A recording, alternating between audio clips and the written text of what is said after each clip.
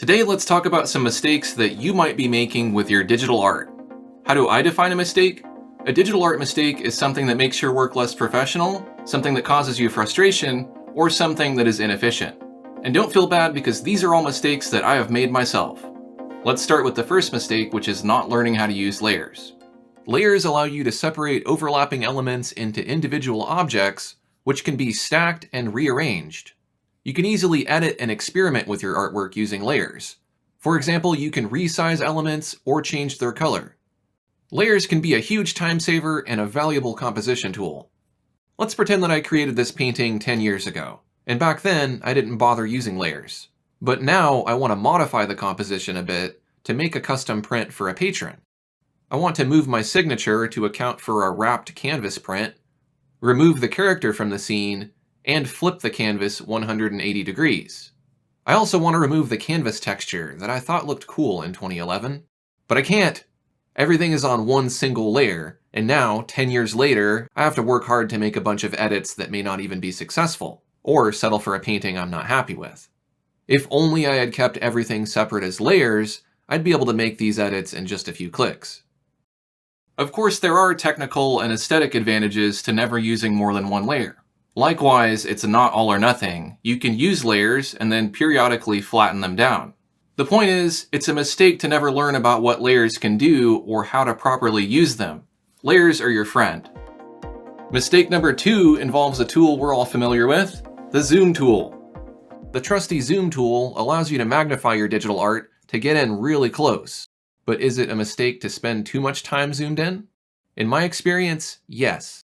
First, spending too much time zoomed in will make it difficult to see the overall picture of what you're working on. This could lead to incorrect proportions, poor composition, and other mistakes.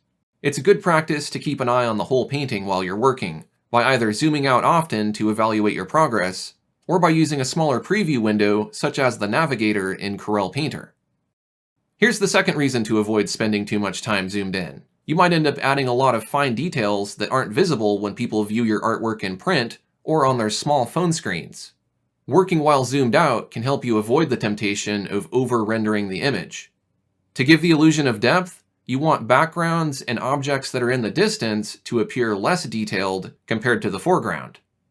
You can accomplish this by using big brushes with soft edges to fill large areas with broad gestures.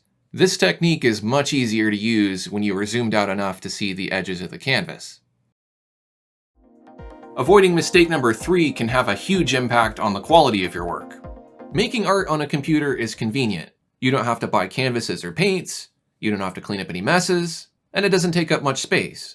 Because it's so easy to start a digital painting, you might feel like rushing through it to move on to the next one. Accidental marks, messy edges, uneven opacity, gradient banding, and incorrect proportions are all easily avoidable mistakes that make your work look unprofessional.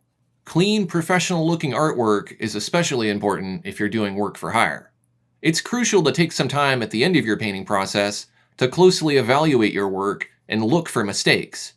I take breaks every so often just to sit back and observe my progress. I make a layer for notes and then highlight the areas that could be improved upon. Also, try to get feedback from others. Sometimes people aren't always constructive with their feedback, but try to use it as an opportunity to see mistakes that you might not have noticed before. I use this painting as an example because I rushed through the hair in this drawing because it wasn't the main focus of the video I was creating.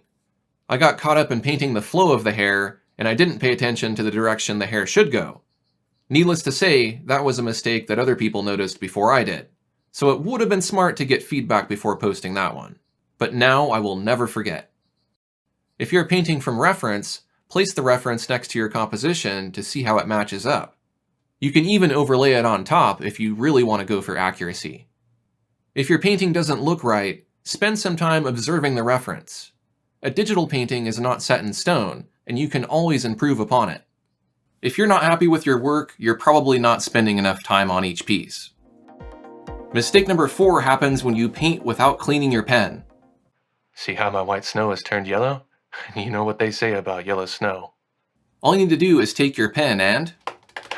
Shoot, beat the devil out of it. No, that's not mistake number 4. Mistake number 4 occurs when you choose the wrong color. While this mistake isn't unique to just digital art, there are some obstacles and solutions that are specific to digital artists. First, let's talk about value and why it's important. Value is the brightness of a color. Value creates contrast, which helps us visually separate elements in a composition. Value also allows us to see the three-dimensional form of objects. While painting in color, it can be difficult to tell how light or dark a color is. You might think digital art makes it easy because you can shift the hue of the color while leaving the value unchanged. But the problem is that hues have their own varied brightness. Yellow is brighter than indigo, for example. So shifting the hue will often change the value of your paint. Wouldn't it be great if you could just view your color artwork in grayscale to see if the value structure looks correct? Well, you can. There are several ways to do it, which I will link to in the description of this video. I'll use my favorite method, which is to apply a Windows color filter with a shortcut on my Stream Deck. Some applications may have this feature built in. Now I can easily try a color on the canvas, and if it looks too light or too dark, I can tweak it until it complements the value structure of the painting. While in grayscale mode, you may also discover that you have oversaturated some of your colors, which makes them appear brighter than they should be.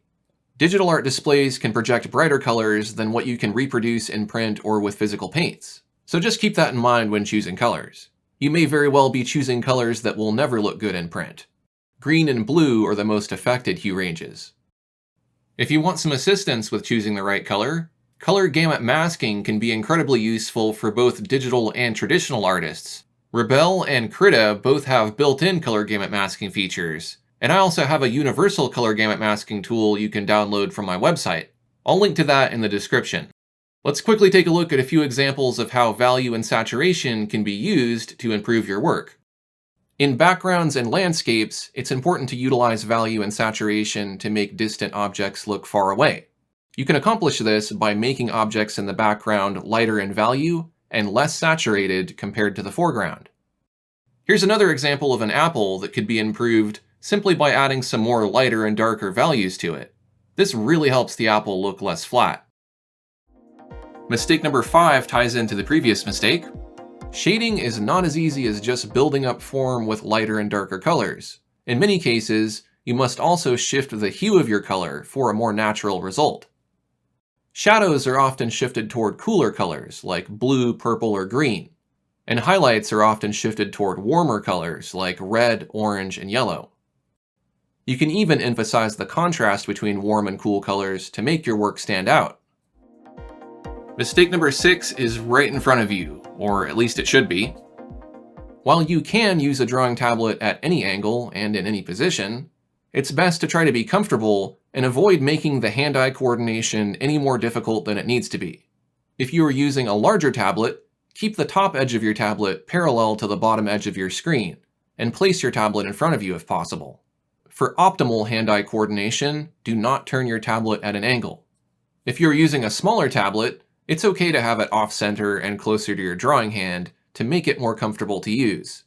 You'll have to balance coordination and ergonomics to find what works for you. If you are using a display tablet, then this of course does not apply. The next mistake is destructive editing. The most common example of destructive editing is using the eraser. The eraser permanently removes pixels, which is a destructive edit. A non-destructive alternative would be to use a layer mask to conceal pixels rather than remove them. The advantage to masking is that you can make the concealed pixels visible again. Another example of a destructive edit is an image filter. If I apply several filters to my artwork, I may end up stuck with these changes if I'm not careful. Let's say I desaturate my artwork and then save it. If I decide later that I don't like that effect, I'm stuck with it, unless I applied the effect non-destructively by using a layer blend mode, a live filter, or by saving a copy of my work with and without the effect. Speaking of saving, our next mistake is not saving often enough. Hitting the save shortcut is probably the easiest thing you can do to prevent digital art mistakes.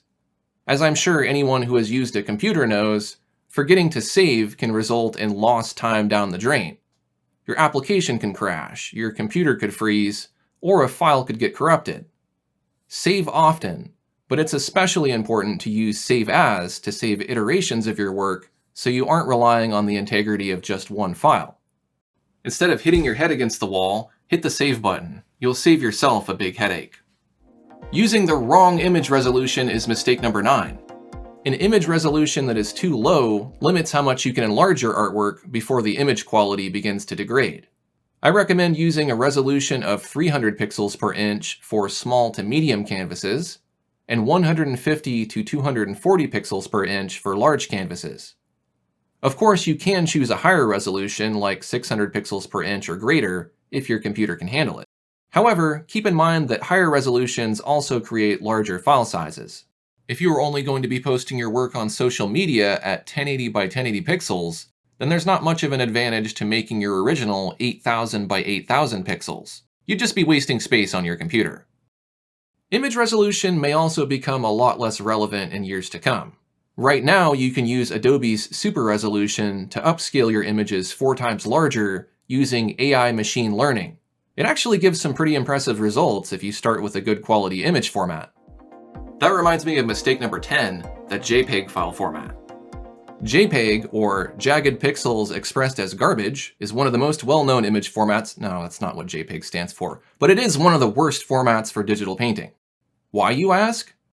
JPEG modifies your image with lossy compression, which can degrade the detail and color in your artwork. Saving as JPEG multiple times compounds this problem. JPEG isn't all bad. It does do a pretty good job of making files smaller, which is what it's supposed to be used for. There are times when you just have to use JPEG, and that's okay. Just don't save the original copy of your artwork as JPEG. When saving copies of my work to post online, if given the option, I prefer PNG instead of JPEG because PNG uses lossless compression. Aside from JPEG compressing your image, it will also discard any layers and transparency you may have wanted to keep. Unless absolutely necessary, use TIFF, PSD, or your software's native format rather than JPEG. There isn't a digital artist in the world that hasn't been tripped up by mistake number 11. I'm talking about disorganization. You have the best computer, a top-of-the-line tablet, and Microsoft Paint, but you can't even find the file you were working on yesterday. Don't be this guy. Be sure to name your artwork and save it in a dedicated art folder. Use subfolders to sort your work by year, by month, or by project to make your creations easier to find. Mistake number 12 is perhaps the worst of them all. One of the disadvantages of digital art is the ease at which it can be accidentally lost or destroyed. Over the years, I've had a few instances where a corrupted save or crashed computer caused me to completely lose paintings. In this example, I had been lucky enough to recover an intermediate save of the artwork, so I didn't have to start over from scratch. There have even been times when my entire hard drive has failed, and I've had to work really hard to recover entire collections of my work. It's a horrible feeling to lose hours, days, months, or in my case, even years of your life, all because you didn't bother to back up your files adequately. The final mistake I have for you is really the most important. There are no mistakes in art. If you want to save as JPEG, go for it. If you're more comfortable using your tablet at an angle, right on. It's your style to not shift the hue when you're shading. I completely understand. Seriously, do your thing and don't let anybody tell you how to make art, no matter how many mistakes they say there are. 13 digital art mistakes. If you want to learn more about any of the digital art topics I covered in this video, be sure to subscribe to my channel and binge watch the heck out of my videos. Thanks for watching, and I'll see you next time.